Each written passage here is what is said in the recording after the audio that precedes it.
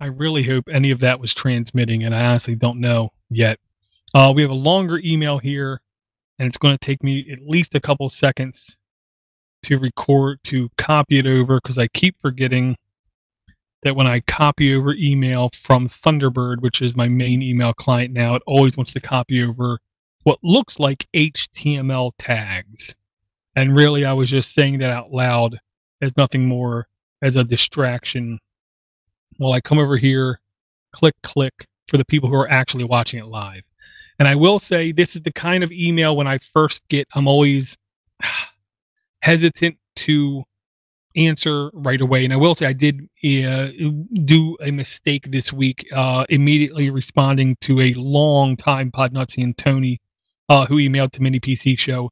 And literally 30 seconds after I sent the email, I realized I was uncommonly douche-like, and it was very bad of me to do. So this email, as soon as I saw it, I literally waited.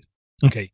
So now I'm actually going to read it for the first time in its complete entirety, which might not be a great idea. But it's by Robert from Robert's Computer. Hello, Steve, aka DoorToDoorGeek. On all of your Podnutz, you say something I do not agree with you on. Okay, now that's the part that as soon as I started to read that, I hesitated and I said, I got to stop reading this right now.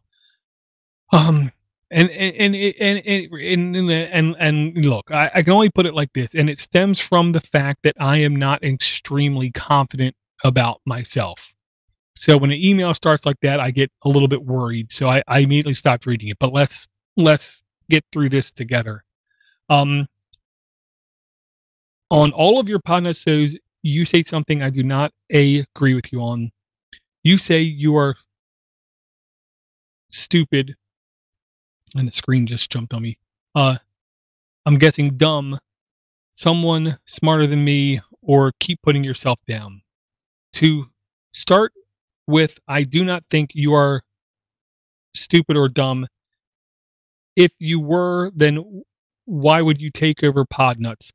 And also keep growing and getting stronger. Also run a podcast on your own with others, for example, AAA, and do them all at the same time. Also run a computer shop on top of the family with 2 kids. Very understanding wife that supports you all the way. I hope so, he says, and she supports me on everything. To me, that is a smart person to do all what you do for use. People are smarter than me. I will agree and disagree with that at the same time. Most of the time, they just know different information than you or I do. That is why most of us ask for help with the problem we are working on, because we know that someone will know the answer to the problem. I really wish you would stop putting yourself down. You need to start putting yourself up with good, not the bad. The reason for this is that we are both of the same age. Second, outside of my mom, that I knew I could do better. The Los Angeles school system would tell me and my mom that all I need to do is read about a 5th grade level, and that is all I will ever be able to read because I have a learning problem. They will not push me to do better than that until I moved to south of Seattle when I was 15 and a half. I did not realize that when they were putting me down like that, because in Seattle school system, they saw something else in me. Then they pushed me to be better than I was, or I thought I was, in 4 years of high school, when I went from 5th grade reading level to 11th grade, and out of all my special ed classes and into normal classes. From that point on, I went to college, got a degree in computer technology in 2010, then then started my own computer business that I do need to get going better than I have. I think in the back of my mind, I was able to say, I think in the back of my mind was like they said, I could not learn how to do it, and I did it. That is why I hate to hear someone like you that have done a lot more call themselves dumb, stupid, and keep putting themselves down. I keep in I keep in enjoying listening to Podnutz shows and keep it growing. I hope that you take this in a good way and not you being a jerk or anything else. Just a note, if you want to read this on air, it is okay. And if not, I can understand that from Robert's computer service. I'll say this, Rob. I honestly don't have a computer business anymore, and honestly, part of the reason I don't have a computer business anymore is just because I don't have time. I partially also got really upset listening to customers. I don't want to say lie to me, but being so unsure about the technology themselves, conveying the wrong information to me, thus making my job seem much harder. So I do plan on probably going back into the computer repair business, but I'm still a full-time government employee doing Podnutz full-time, so I'm not going to get full back into that for at least a couple years. And when I do, something tells me I'm going to not be a break-fix type technician just because of the stresses that are involved with that. And here's the devil's advocate. What I'll say, Rob, is I say that out loud to remind myself to be grounded, to remind myself that I am no better than anybody else out there. I am no smarter than anybody else out there. On any normal gradient scale of IQ test, I would probably fall about in the average. I believe I'm basically average. I do think there are certain things that I know a lot more than the average person about. But I also believe that there's a lot of things that I'm really subpar about as well. This is one of my issues with the Mensa program. There's a graphic out there where if you look at it from 3 different angles, you'll see 3 completely different things. If you look at it from one angle, you'll see a circle. If you turn the circle, you'll see a square. Then if you rotate the square again, you'll see like a triangle. And it depends on what angle that you're looking at that from to see what you see. And Mensa does not test every possible angle because you can't. And these people who are in programs like that then believe that they are somehow more intelligent than other people. And in my experience, every single person I've listened to, every single person I've talked to, every single person I'm related to who are in the Mensa program are in many ways much less intelligent than the normal person that I know, except on their confidence level. They feel like they're so much smarter than everybody else. They believe they can go on Jeopardy or whatever and just win tens and thousands of dollars. And the people I know who have been on Jeopardy do not win tens of thousands of dollars because it has nothing to do with intelligence. It has to do with timing of the button pushing is the most important thing. And I'll say it like this, Rob. On this microphone, when I'm talking to you kinds of people, I feel like I am a little bit more honest, a little bit more blunt, a little bit more honest with myself as well. I'll say that. But at the same token, I honestly think the last thing I want to do is pump myself up because then if somebody asks me a question and I cannot assist them, I only have one way to go, down.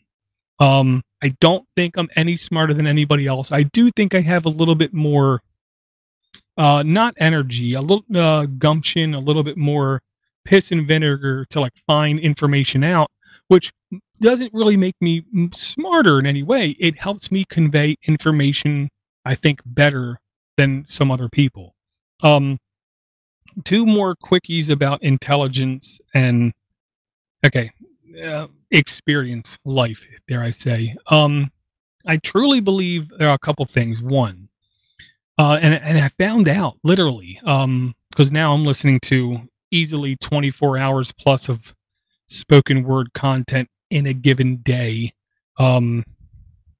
Let's take a quick look. Today it is February 17th, and if I go into my podcasting client and I take a look at my listening amount for the month of February, it's only been 17 days, almost full 17 days, and it says I've listened to 17 days and 22 hours worth of podcast. Because I got to sleep and do stuff. And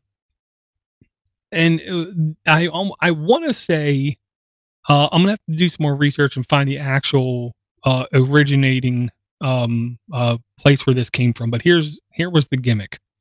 There's two types of intelligence, and this is one of the things that I don't know where I heard it, but I believed this when I was like 8 or 10 years old. There's two types of intelligence in this world. There's the type of person who can take things that are incredibly simple, incredibly easy, but explain them in such a fashion that it's very difficult to digest. It's so they can overcomplicate the simplest thing using speech in such a way that it's really hard to digest.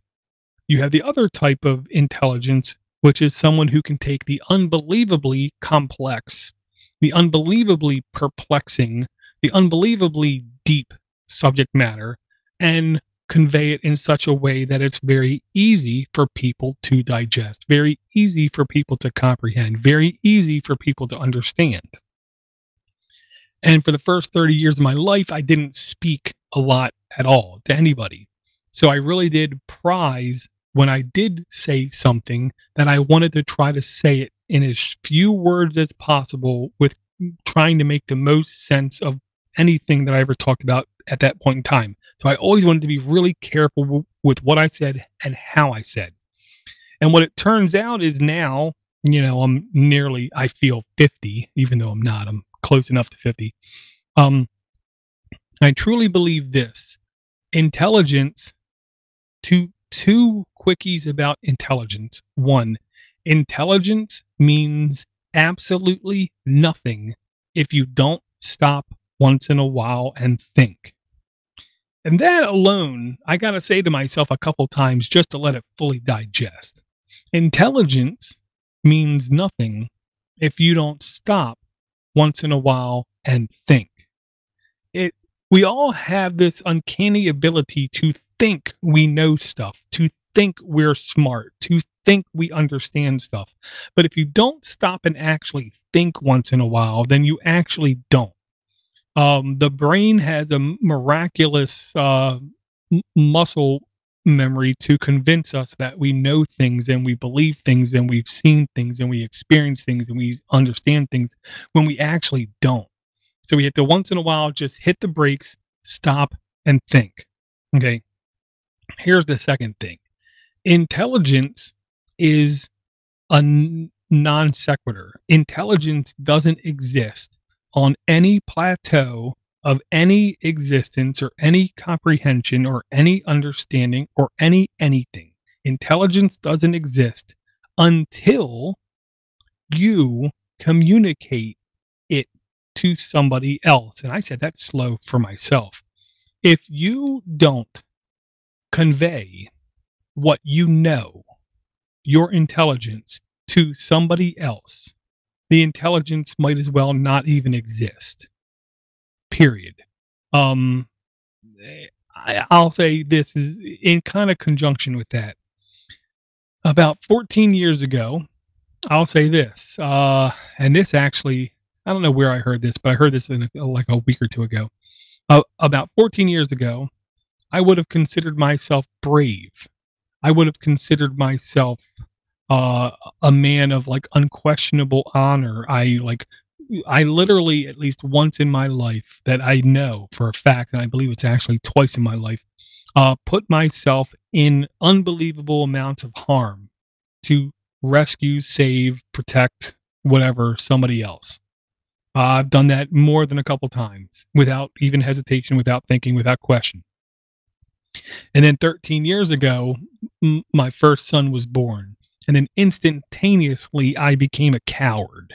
Instantaneously, I became afraid because now I'm not living for myself. Now I'm living for other people as well, which means my life is now worth twice as much as it was before that period in time. And I'm living for somebody who at that point in time couldn't provide for themselves in any shape, way, or measure. So I almost became a coward at that point in time for certain things in life. But at the same token, I also gained this desire, I think is the right word, maybe, this compulsion to believe that it's now my job to convey, to communicate, to push as much of my knowledge down to my children as I possibly can without being a jerk, without being a know-it-all, without being pushy, without being condescending, without being obnoxious, without being any of those things. And I will tell you, the hardest thing in my life I've done involving especially my kids is patiently waiting for them to ask a question in order for me to give them an answer. Because I know if I just start opening my mouth and talking, they almost don't care. And, it's kind of like, why would they? But, it's hard for me looking at it from my perspective to really know when the right time is. I've been doing a lot of talking with my kids about perspective. The youngest doesn't get any of it at all. He's 11. My oldest is 13. He's starting, I think, to get it. And it's easier for me to convey it to somebody else who is like me. I'll say that. And for the other people out there who are at least old enough, this, I hope, will make exactly perfect sense to you. I understand perception makes us incredibly blind to a lot of things. It also fills in a lot of things that we take for granted, even though they don't exist. Well, in our everyday life. And here's like a perfect example of a cognitive bias of how we constantly cast ourselves in our own stories as the protagonist, as the good guy, and everybody else around us basically in the world is the bad guy. Anytime we are driving down the road, we all think how stupid everybody else around us is when they drive. Nobody else around us can drive. They're all idiots. Nobody knows what they're doing. They're stupid. They're ignorant. They're rude. They're dumb. And we call them everything in the book. Well, you gotta stop and think once in a while. Everybody else on the road is saying the exact same thing about us. Because perception is reality.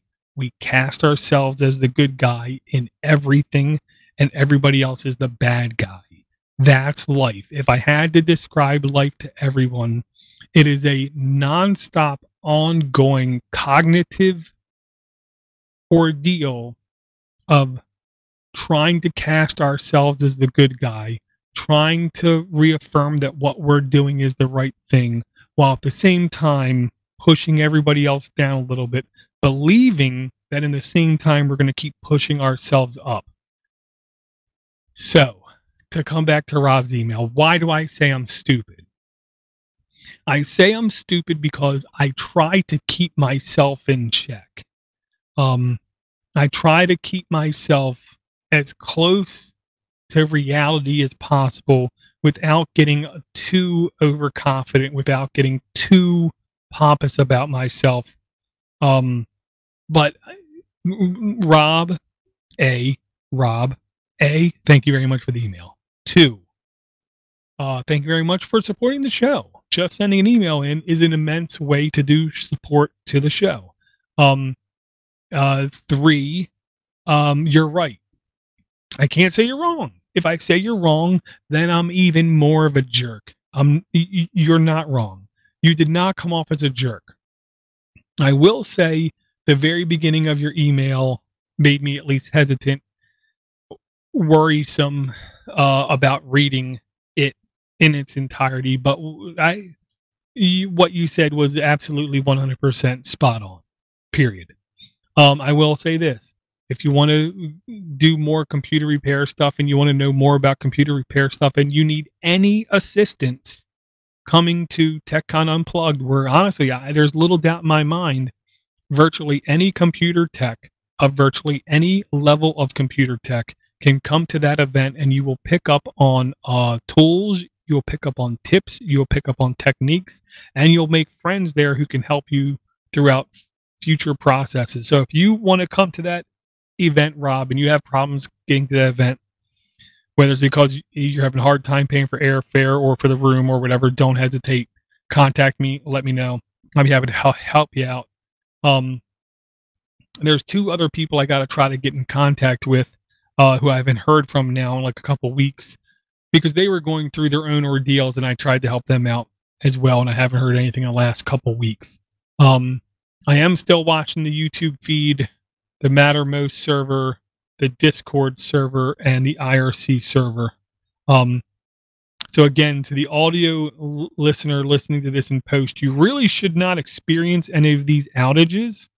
You really shouldn't experience any of the quiet points. But every now and then I'm just going to sit down, enjoy my beverage of choice this evening, and take a quick break and just see if anybody shows up in any of those chats, if anyone has anything they would like to talk about.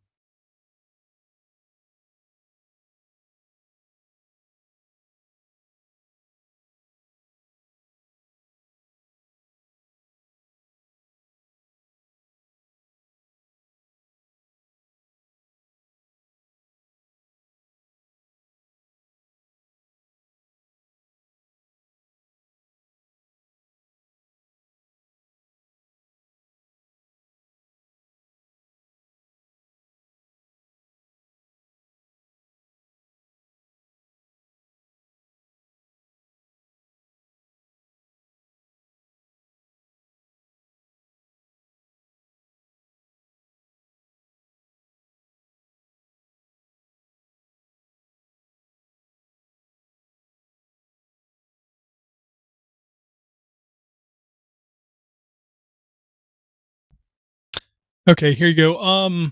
Next thing I wanted to bring up. Okay, I am I guess the best description of me genetically is I am a Scots Irish.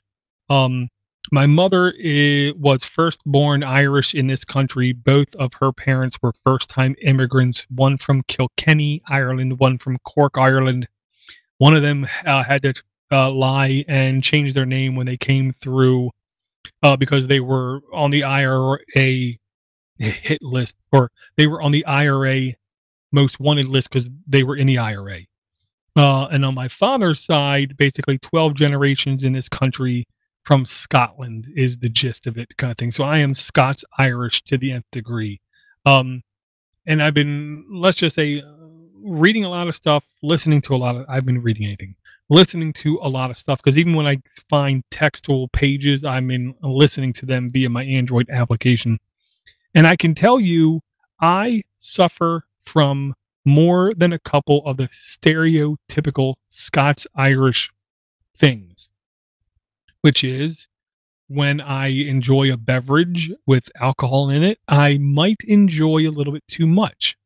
I also had a period of time in my life where I think it was out of like fear and backlash when I was young and got picked on. My first instinct was to react physically back. And I will say I got the crap beat out of me. I can't even begin to count the number of times But when I was older, I almost felt like there was a necessity that I had to get in physical altercations every now and then. And when I read about the traditional Scots Irish people and how they were back in the day, I almost feel like, well, that's kind of like how I feel now. I'm just haven't got out of it completely yet.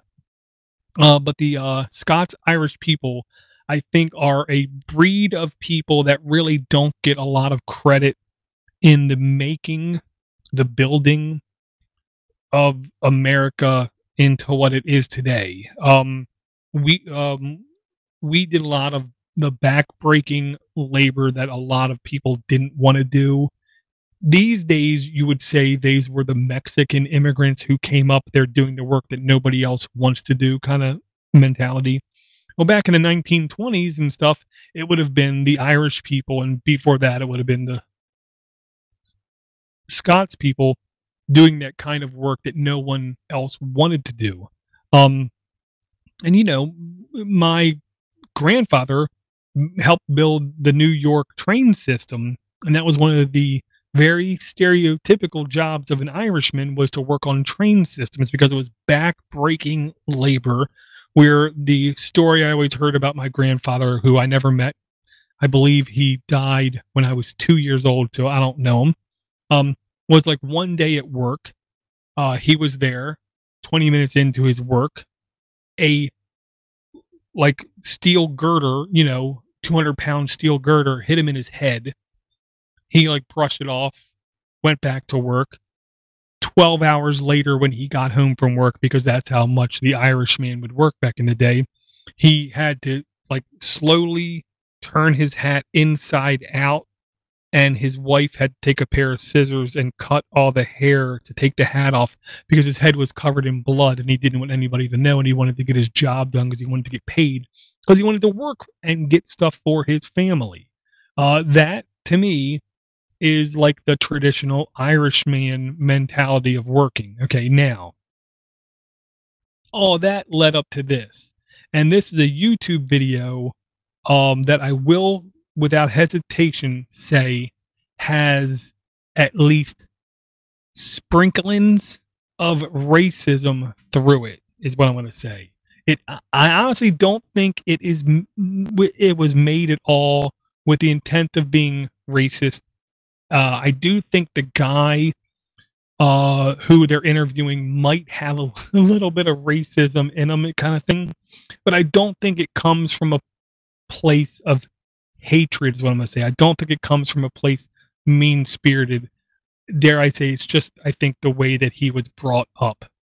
I hope I'm completely wrong when I say that, but here's the thing, okay?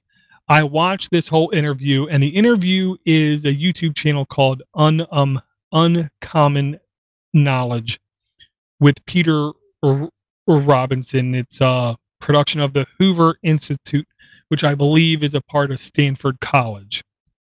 I have no idea if that's right or left-leaning or whatever. I don't know. It's just a college. And this guy for years has been interviewing people. And he interviews this guy, and the name of his book is White America is Coming Apart. Okay. I'm saying all that because the very, very, very end of the interview is what actually got me. Okay? Here was the line in the end of the interview, and it was actually a passage out of the very back of his book. Okay. A man who is holding, and of course, in 2019, this is also going to be sexist, because, it's 2019, everything's sexist. But this is what it says. A man who is holding down a menial job and thereby supporting a wife and child is doing something authentically important with his life. He should take deep satisfaction from that and be praised by his community for doing so. If that same man lives under a system that says the children of the woman he sleeps with will be taken care of whether or not he contributes then that status goes away.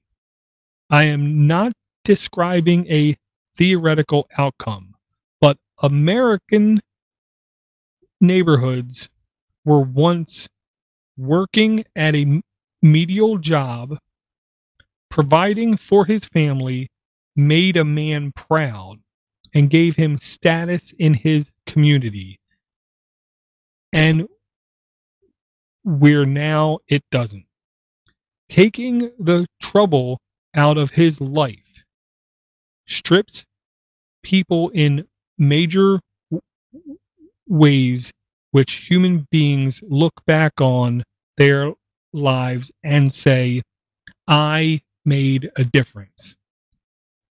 I really hope you guys rewind that and listen to that again. Okay. The reason that line, the reason that paragraph, the reason that really honestly stuck with me, really honestly hit me hard was because I had a small epiphany.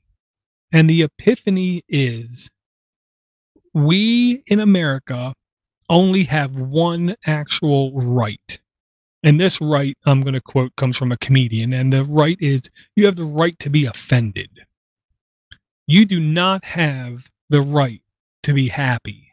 You do not have the right to have things given to you. You don't have any of those rights. You have the right to the pursuit of happiness, not happiness. You have the right to pursuit of happiness, not happiness. I have the right to go to bed at night knowing I'm trying my best to make a difference. I have the right to go to sleep and know that I'm doing everything I can to make my wife happy and my kids happy.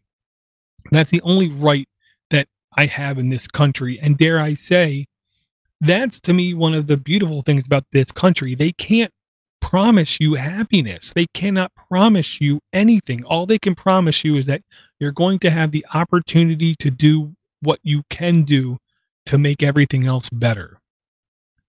And while I'm not,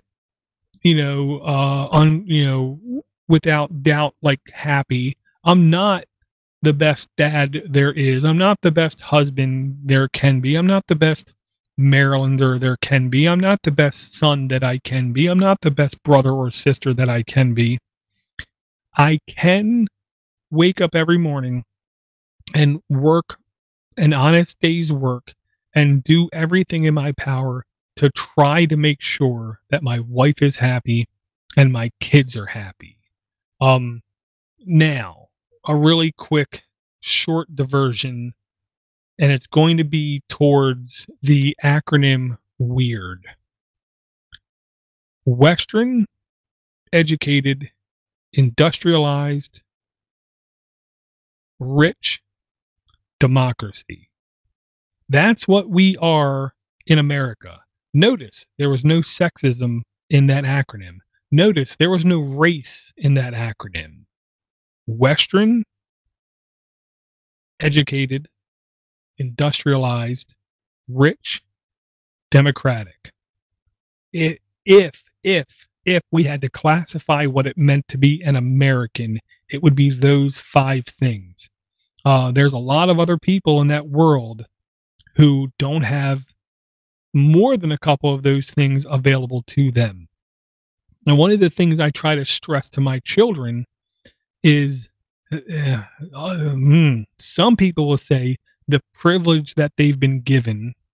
I will say the reward that they're able to get off of my blood, sweat, and tears, off of my hard work and my wife's incredibly hard work.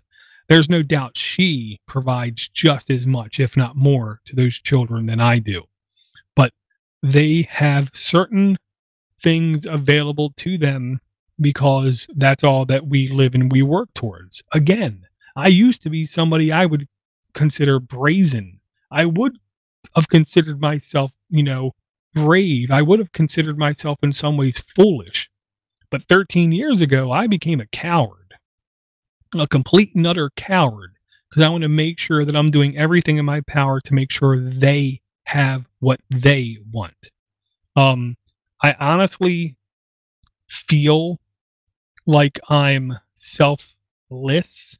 I'm not going to say selfish. I like to believe, I like to think, I like to feel that I'm selfless and everything I'm doing. You know, a lot of the work that I do behind Podnutz, I honestly don't feel like I do for myself. It might be that I'm doing it for myself, but I don't feel like I'm doing it for myself. I feel like I'm doing it for the listeners. I feel like I'm doing it for Marvin B. I feel like I'm trying to do stuff for Jeff. I'm trying to do stuff for Paco. I'm trying to do stuff for Mark. I'm trying to do stuff for Eric. I'm trying to do stuff for Matt. I'm trying to do stuff for Martin Abando. I'm trying to do stuff for Cody Cooper. I'm trying to do stuff for Tracy Holtz. I'm trying to do stuff for everybody. Josh Knockback Tech. I'm trying to do stuff for everybody. Christian. I'm trying to do stuff for everybody who thinks that Podnutz helps them in any shape, way, or form. I don't feel any satisfaction out of any of this until I know other people are feeling satisfaction out of it as well. So, once in a while, we all got to stop. We got to think. We got to reset. We got to make sure that our intelligence is something that we're actually utilizing. We also got to remember we're not promised anything. We're not promised anything except for the availability of the pursuit of happiness. That doesn't mean $1 million a year. That doesn't mean a big car and a big house. It just means you have the availability, the options opened up to you to try to make your right now circumstances better. And that's all we can ever shoot for is better. I have little doubt in my mind I am doing 10 times better than I ever imagined that I could be doing in my life. And it's not because of me. It's because of, dare I say, the burden that I accepted with my wife and children that make me want to work harder, make me want to work further, make me want to try to do things that I didn't think I was capable of doing. Take another quick break here, see if anybody shows up in any of the chats.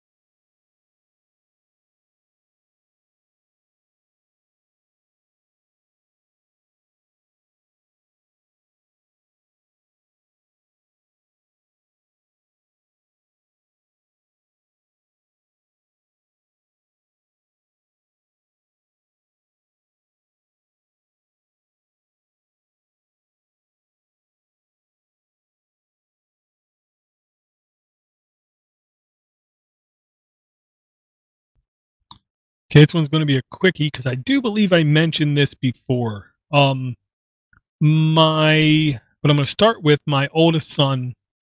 Was given the task in school. He had to pick somebody who followed at least one of these traits. They had to be an African American, a woman, or a president, and then he had to tell them what that person did of significance, what that person did that was a good thing. And the one thing that they don't teach kids in school, in my experience, in public school, in government school, is facts. They basically teach them how to feel better about themselves and not much more than that. So I first asked my son, okay, let's not think of an individual because you don't know anybody. You know what I mean? I literally asked my 13-year-old, who is Rosa Parks? I don't know. Who is Harriet Tubman? I don't know. can you tell me something that George Washington did? Well, he was president. Can you tell me anything else he did? Nope, I don't know. How about Barack Obama? I figured school would like him. Can you tell me something he did? He was president. Okay. So I literally went through like 30 names. And I did this in front of my wife to try to communicate the fact that he don't know none of this stuff. He knows nothing, okay? So I said, well, let's look at this from the opposite angle. Tell me something you think that has happened in the past that you thought was a good thing, like medicine, like archaeology, like science, like, tell me something. And then, so he said, well, how about medicine? I said, okay, well, what kind of medicine would you like to look at? And he said like one or two other things. And then he said how about surgery and blood? So then I instantaneously reverted back to myself when I was, I don't even know now, 18 years old, I guess, listening to hip hop music. And I remember some lines like Granville Wood, make the walkie talkie. And I remember these other names popping in my head. And I hooked in on one name, and it was Charles Drew did a lot for medicine. So I went and I looked up Charles Drew. And it turns out he was basically the guy that figured out how to do blood transfusions. So I said, okay, here's a good guy. And what my real goal with this was to show my son how to look for information. Back to the original topic. There's a YouTube series called Crash Course. Supposedly, there are some school systems in the United States that show some of these videos in school.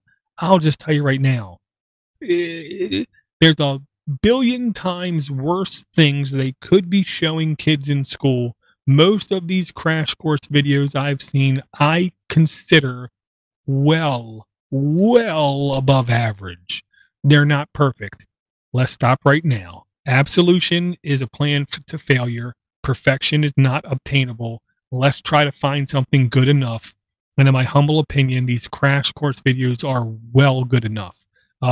Crash course navigating digital information. Right now, they're on episode 7. I believe they're actually going to have 11 complete episodes when they're done. So I sat down with my oldest son. We watched the first 4 videos of this because I don't expect him to be able to, go through all of them in one sitting like myself. But I wanted him to first, let's pick a topic to look at, but then let's watch some of these videos and let's see what are good techniques that we can utilize in 2019 to how to find what we call reliable information on the internet. Now, he's a 13-year-old. He only really knows about Instagram and YouTube.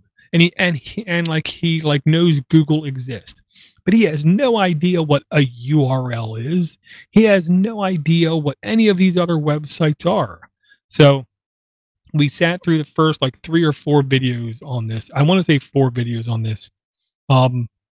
And we watched them, and he's starting to, I think, understand some of it. We're going to watch 2 or 3 every couple days, and then at the very end we're going to watch them all again, kind of thing. I want him to digest these things, because the good about the internet is everything's out there.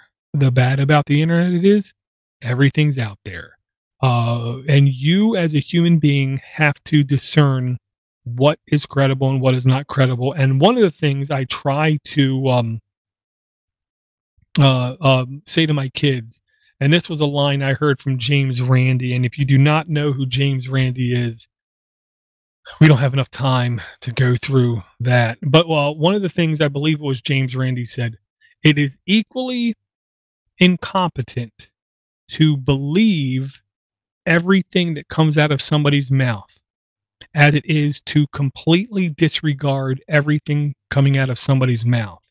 To do either is incredibly incompetent and lazy.